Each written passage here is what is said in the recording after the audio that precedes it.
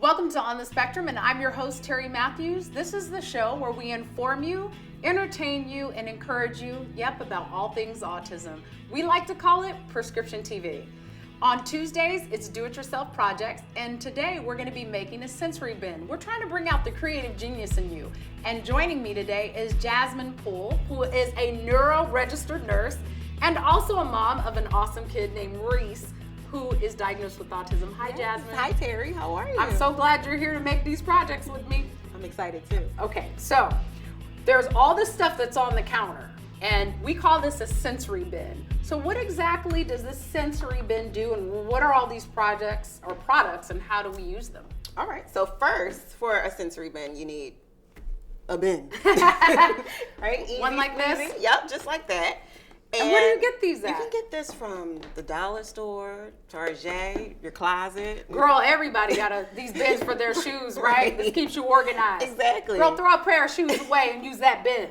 Exactly. So a bin with a lid, you know, and then you want to just start off with a good base, a good solid color, neutral color maybe, or you can use whatever you like. So Noodles, this is considered a neutral color? Yes. And these aren't dangerous or anything, right? No, they're not dangerous.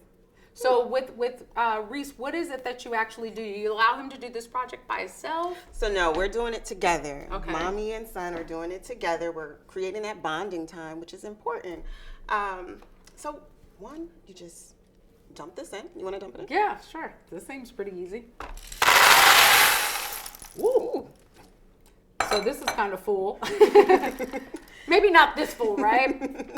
But do you see what's going on here? You're seeing. Yeah. You can smell it a little bit. And you can hear the sounds. You can hear it.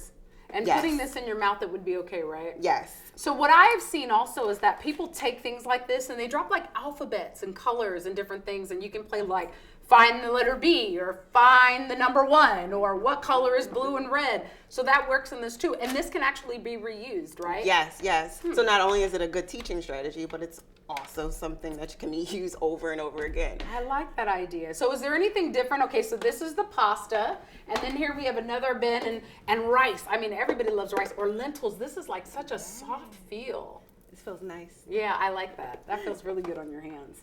So let's use rice. Okay. Ooh, this feels pretty good. So tell me, what are the additional benefits? We heard smell, we heard sound, the texture. The taste. So this, combined with enhancing all the other senses, it allows them to kind of process through all of their senses, organize them all, and actually integrate them all together so that they can respond to stuff like this in the environment all at once and not go crazy. So they I actually think- calm. Well, you know what I think is so cool about this is that a lot of these products we have in our home. So we have pasta. A lot of my son eats pasta. That's all he eats, with pasta with salt on it. Rice was a big thing he ate for like a whole year, nonstop, nothing else, right? Lentils, which is healthy for us out there who are caring about, if you're a vegetarian, I'm sure you have, some lentils. And these are garbanzo beans, and these are black beans, but they all have good texture, sound, feel. And again, it's a very inexpensive project to do. Exactly. And then we have a pop of color. I love this pop of color. And even to throw these in here and say, hey, find the blue M&M, find the green M&M. That's a great way to educate. Yes. I really like that. Yes. Well, you know what, Jasmine, this is super cool. Thank you so much for joining us today and showing us how to make a sensory bin. This is really cool. All these items you can find at your local retailer, and it's simple stuff that more than likely you have right at your own home. So if you're interested in trying this project, log on to www.terrimatthewsonline.com, click on the Spectrum. There you'll get a resource guide with step-by-step instructions so you can give this a try at home. Thank you for joining us. See you next time on The Spectrum.